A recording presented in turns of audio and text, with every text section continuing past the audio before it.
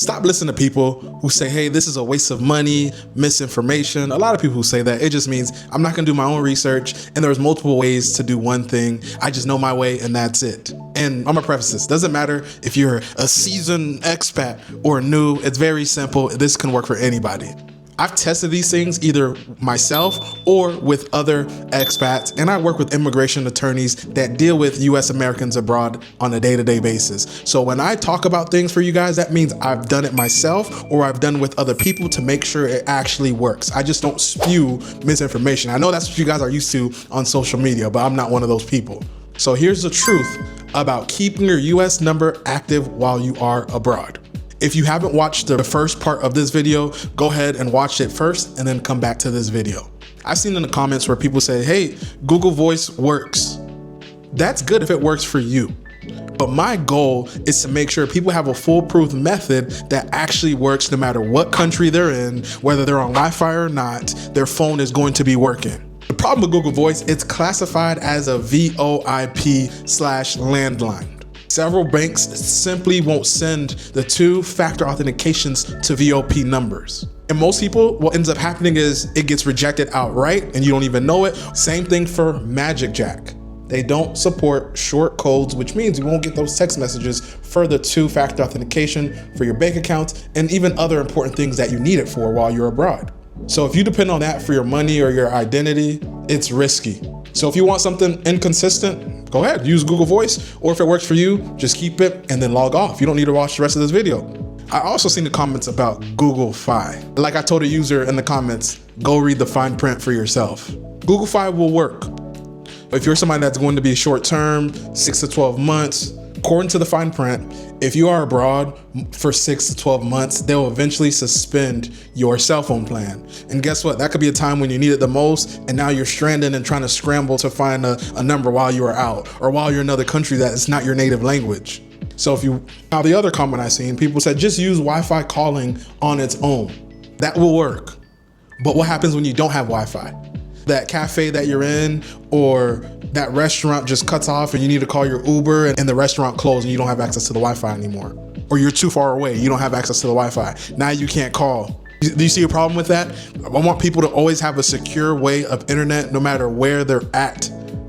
In theory, any US phone plan will work abroad when it's paired with a local data plan, whether that's prepaid or a postpaid that you get. But here's my thing, why would you want to pay $60 to $90 a month for a phone plan? That's why I talk about US Mobile. There's others out there. We even checked with Tello as well. That's another alternative. I've had other expats use it. I'm using US Mobile, and that's one I recommend to most folks because it's foolproof so far. It's been working well as of this date that you're watching this video.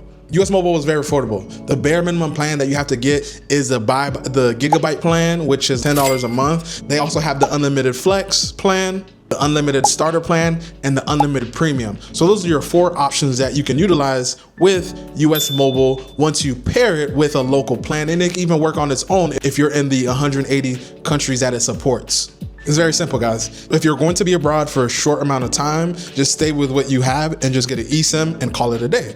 If you want to live abroad full time and you don't want to have the hassle to deal with internet, cell phone, and having your US phone number to work effectively and efficiently, then you go the route that I'm talking about. I'm about saving money. That's why I said US Mobile One, you can start off with pay by gigabytes, which is $10 a month. And I mentioned the other 3 plans that they do have that you can use. So the most common ones, I have it pinned in the comments and the description to this video so you can see it for yourself, and you do get a discount as well using my code. But that's not the reason why I'm talking about it. You can use the other ones I mentioned, I'm not even gaining anything from it. Just see what fits you the best and call it a day. So now that you have a US SIM, right, you have to set it up while you're in the US. It's a lot easier that way. At the time of this recording, if you do pick US Mobile One and you're already abroad, utilize a VPN. I'll have one pinned as well to the description, and it let me bypass that. It did start up while I was abroad. I always tell you, which is true, to set up your plan while you're in the US. So you can either send it to your US address and have a family member just put the SIM inside of their phone and you give them the login to US Mobile One, and then they send it back to you, then you're good. Or you can use the VPN method like I said for that one. I'm not too sure about Tello or Ultra Mobile. We haven't tried that method yet with the VPN because they were already in the US when they did it, or they had somebody, but it's worth the shot if you want to figure out what works for you. Now that you set it up while you're in the US, or you use the second method I talked about, the VPN, now you enable US Wi-Fi calling on that particular SIM while you are in the US. While you're in the country of your choice, long term, get a local eSIM or a post data plan, which is very affordable usually compared to the US plans. You can find some as low as $5 to $8, just depends on the data that you pick and the country that you're in, of course. Keep the roaming off of your US SIM card, and that's it. Your US number stays active. You still get those two-factor authentication texts for your bank and other important websites, and you don't waste extra money. And also, don't forget the key, your phone must be unlocked. If your phone is locked, you already know it won't work.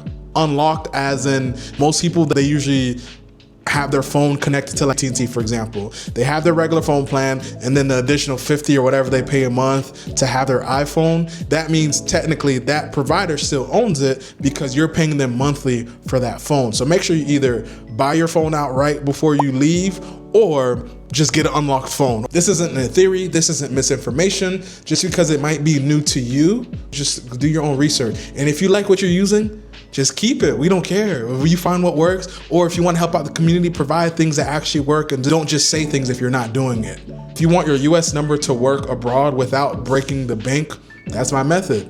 Drop your questions in the comments and I'll get to you. If you found this video valuable, go ahead and subscribe to the channel and share with a friend. And remember, if this doesn't make sense for you right now, go back and watch part 1 of this video and then watch this video again if you need to. But in the meantime, take care.